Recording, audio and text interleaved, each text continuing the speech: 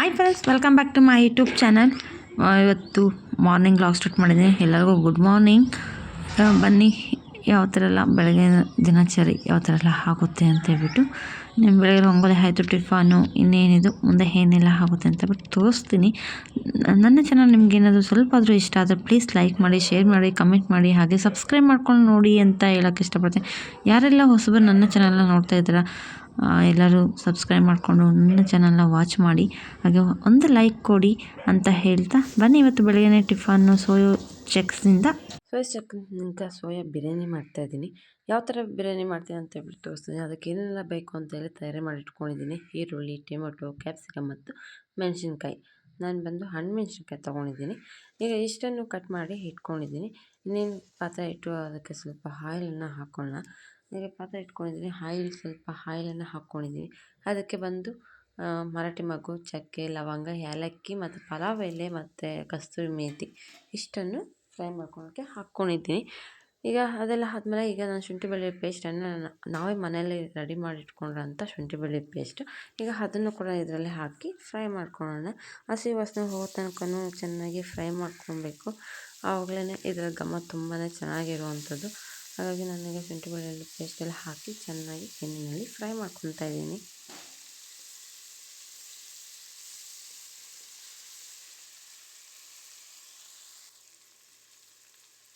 ಶುಂಠಿ ಬೆಳ್ಳುಳ್ಳಿ ಪೇಸ್ಟೆಲ್ಲ ಎಣ್ಣೆಯಲ್ಲಿ ಚೆನ್ನಾಗಿ ಫ್ರೈ ಆಗಿದೆ. ಈಗ ಈರುಳ್ಳಿಯನ್ನು ಹಾಕ್ಕೊತಾ ಇದ್ದೀನಿ. ನಾನು 2 ಈರುಳ್ಳಿಯನ್ನು ತೊಗೊಂಡಿದ್ದೆ. 2 ಈರುಳ್ಳಿ, 1 ಟೊಮೊಟೊನ ತೊಗೊಂಡು ಮಾಡ್ತಾಯಿದ್ದೀನಿ ಈಗ ಫ್ರೈ. ಈಗ ಈರುಳ್ಳಿ ಎಲ್ಲ ಸ್ವಲ್ಪ ಫ್ರೈ ಎಲ್ಲ ಆದಮೇಲೆ ಇದಕ್ಕೆ ಟೊಮೊಟೊ, ಕ್ಯಾಪ್ಸಿಕಮ್ಮು, ಮೆಣಸಿನ್ಕಾಯಿ ಎಲ್ಲನೇ ಈಗ ಒಂದೇ ಸಲ ಹಾಕಿ ಆ್ಯಡ್ ಮಾಡ್ಕೊತೀನಿ. ಯಾಕಂದರೆ ಇವೆಲ್ಲ ಬೇಗನೆ ಬೆಂದ್ಬಿಡುತ್ತೆ. ಹಾಗಾಗಿ ನಾನೀಗ ಎಲ್ಲ ಒಟ್ಟಿಗೆ ಹಾಕಿ ಫ್ರೈ ಮಾಡ್ಕೊತಾ ಇರೋದು. ಇದಕ್ಕೆ ಸ್ವಲ್ಪ ರುಚಿಗೆ ತಕ್ಕಷ್ಟು ಉಪ್ಪನ್ನು ಕೂಡ ಸೇರಿಸ್ಕೊತೀನಿ. ಬೇಗನೆ ಸಾಫ್ಟ್ ಆಗುತ್ತೆ ಅಂತೇಳಿ ಉಪ್ಪು ಸೇರಿಸ್ಕೊತಾ ಇದ್ದೀನಿ.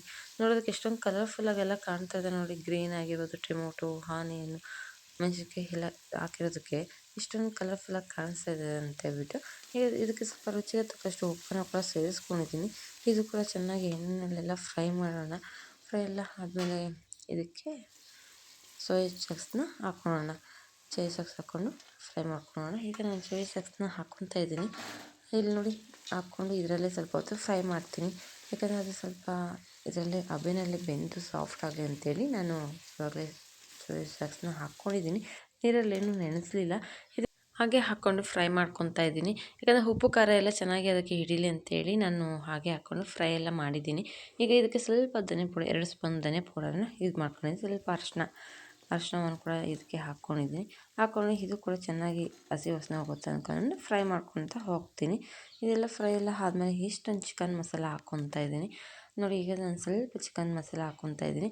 ಅದರಲ್ಲಿ ಖಾರ ಇರುತ್ತೆ. ಹಾಗಾಗಿ ನಾವು ಮೆಣಸಿನ್ಕಾಯಿ ಬಂದು ನಾನು 4 ಮೆಣಸಿನ್ಕಾಯಿ ತೊಗೊಂಡಿದ್ದೆ. ಅದನ್ನು ಹಾಫ್ ಕಟ್ ಮಾಡಿ ಇಟ್ಕೊಂಡಿದ್ದೆ.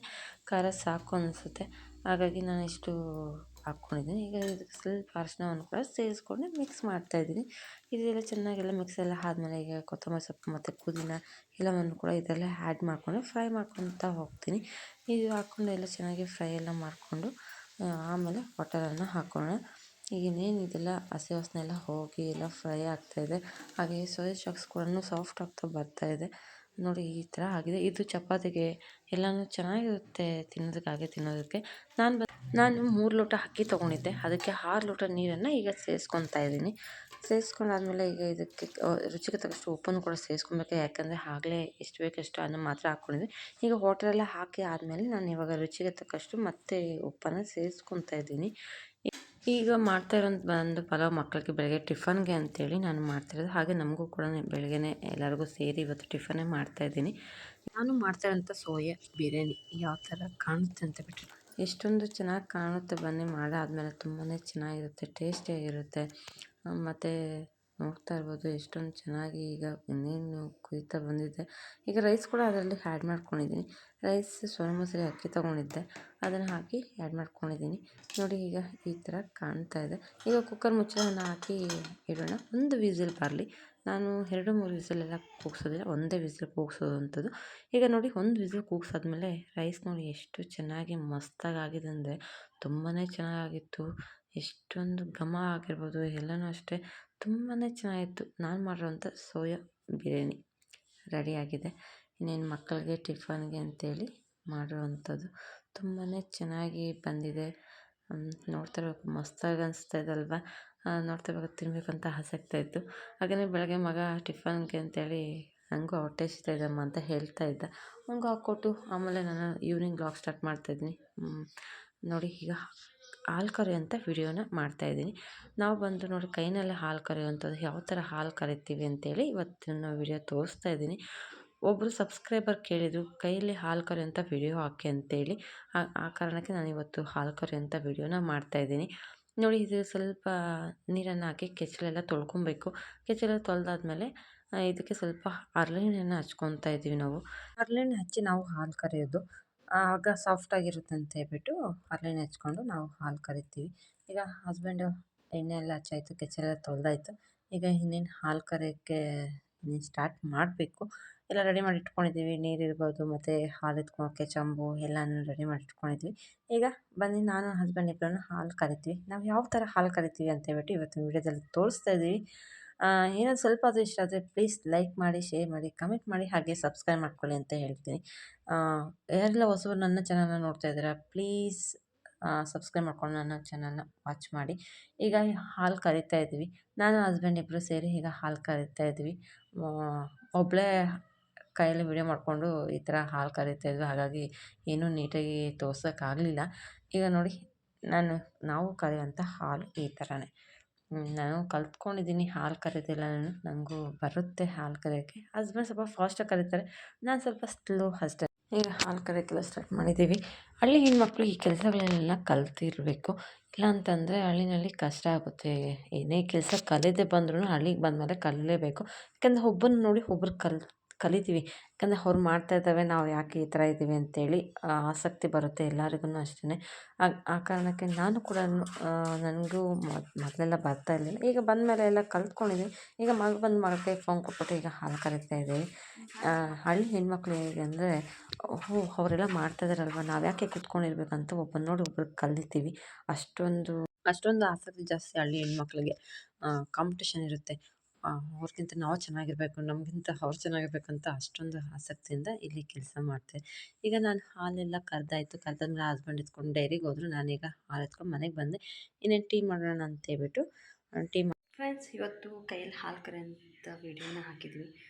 ನೋಡಿಲ್ಲ ಅಂದರೆ ಹೋಗಿ ನೋಡ್ಕೊಂಬರ್ತೀನಿ. ನಮ್ಮ ಮನೇಲಿ ಮಾಡುವಂಥ ಕೈಯಲ್ಲಿ ಹಾಲು ಕರೆಯೋಂಥ ವಿಡಿಯೋ ನೋಡಿ.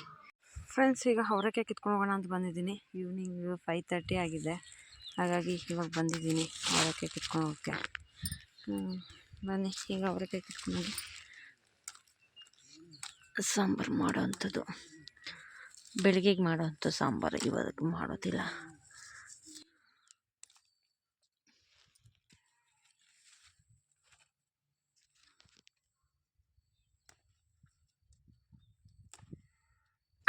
ಈಗ ಅವರೆಕಾಯಿ ಕಿತ್ಕೊತಾ ಇದ್ದೀನಿ ಬೆಳಗ್ಗೆಗೆ ಮಾಡೋಕ್ಕೆ ಅಂತೇಳ್ಬಿಟ್ಟು. ಇವಾಗ ತೊಗೊಂಡೋಗಿ ಎತ್ಕೊಂಡೋಗಿ ಮೋಡ್ ಮೇಲೆ ಇಡ್ತೀವಿ. ಮೋಡ್ ಮೇಲೆ ಇಟ್ಟಮೇಲೆ ಬೆಳಗ್ಗೆ ತೊಗೊಂಡು ಸುರಿಯೋಂಥದ್ದು. ಬನ್ನಿ ಆಮೇಲೆ ತೋರಿಸ್ತೀನಿ ಯಾವ ಥರ ಅಂತೇಳ್ಬಿಟ್ಟು. ಈಗ ಹಸ್ಬೆಂಡು ಮೇಯ್ಕೆ ಹೋಗ್ತಾಯಿದ್ದಾರೆ. ನಾನು ಈಗ ಅವರೆಕಾಯಿ ಕೀಳೋಣ ಅಂಥೇಳಿ ಅವರೆಕಾಯಿ ತೊಗೊಂಡೋಗಿ ಬಂದಿದ್ದೀನಿ. ತೊಗೊಂಡೋಗ್ತಾ ಇದ್ದೀನಿ. ನೋಡ್ತಾ ಇರ್ಬೋದು, ಕಾಯಿ ತುಂಬಾ ಕಾಯೆಲ್ಲ ಬಿಟ್ಟಿದೆ, ಆದರೆ ಹುಳ ಸ್ಟಾರ್ಟ್ ಆಗಿಬಿಟ್ಟಿದೆ. ಮದ್ದು ಎಲ್ಲ 1 ಟೈಮ್ 2 ಟೈಮ್ ಹೊಡೆದಿದ್ವಿ, ಆದ್ರೂ ಹುಳ ಬಿದ್ದುಬಿಟ್ಟಿದೆ. ಈಗ ಅವರೆಕಾಯಿ ಎಲ್ಲ ತೊಗೊಂಡು ಮನೆಗೆ ಬಂದಿದ್ದೀನಿ. ಮನೆಗೆ ಬಂದಮೇಲೆ ಈ ಥರ ಒಂದು ಜರಡಿನಲ್ಲಿ ಹಾಕಿ ಮೋಡ್ ಮೇಲೆ ಇಟ್ಟಿದ್ದೀನಿ. ಯಾಕೆ ಮೋಡ್ ಮೇಲೆ ಇಟ್ಟಿದ್ದೀನಿ ಅಂತಂದರೆ, ನಾವು ಇವಾಗ ಕಿತ್ಕೊಂಡ್ಬಂದಿದ್ದೀರಲ್ವ, ಫ್ರೆಶ್ಶಾಗಿ ಬೆಳಗ್ಗೆ ಎದ್ವಾಗೂ ಫ್ರೆಶ್ಶಾಗೇ ಇರುತ್ತೆ ಕಾಯಿ. ಯಾಕೆಂದರೆ ಮಂಜು ನೀರು ಬಿಡೋದ್ರಿಂದ ಅದ್ಮೇಲೆ ಫ್ರೆಶ್ಶಾಗಿ ಕಿತ್ಕೊಂಡ್ಬಂದಿರೋಂಥನೇ ಆ ಥರ ಫೀಲ್ ಆಗುತ್ತೆ. ಅಷ್ಟು ಚೆನ್ನಾಗಿರುತ್ತೆ. ಹಾಗಾಗಿ ಅದನ್ನು ಈ ಥರ ಮೋಡ್ ಮೇಲೆ ಇಟ್ಟಿದ್ದೀನಿ. ಇವತ್ತಿನ ವಿಡಿಯೋ ಇಲ್ಲಿಗೆ ಎಂಡ್ ಮಾಡ್ತಾಯಿದ್ದೀನಿ. ಮತ್ತೆ ಇನ್ನೊಂದು ವಿಡಿಯೋಗೆ ಮತ್ತೆ ಸಿಗ್ತೀನಿ. ಟೇಕ್ ಕೇರ್, ಬಾಯ್ ಬಾಯ್.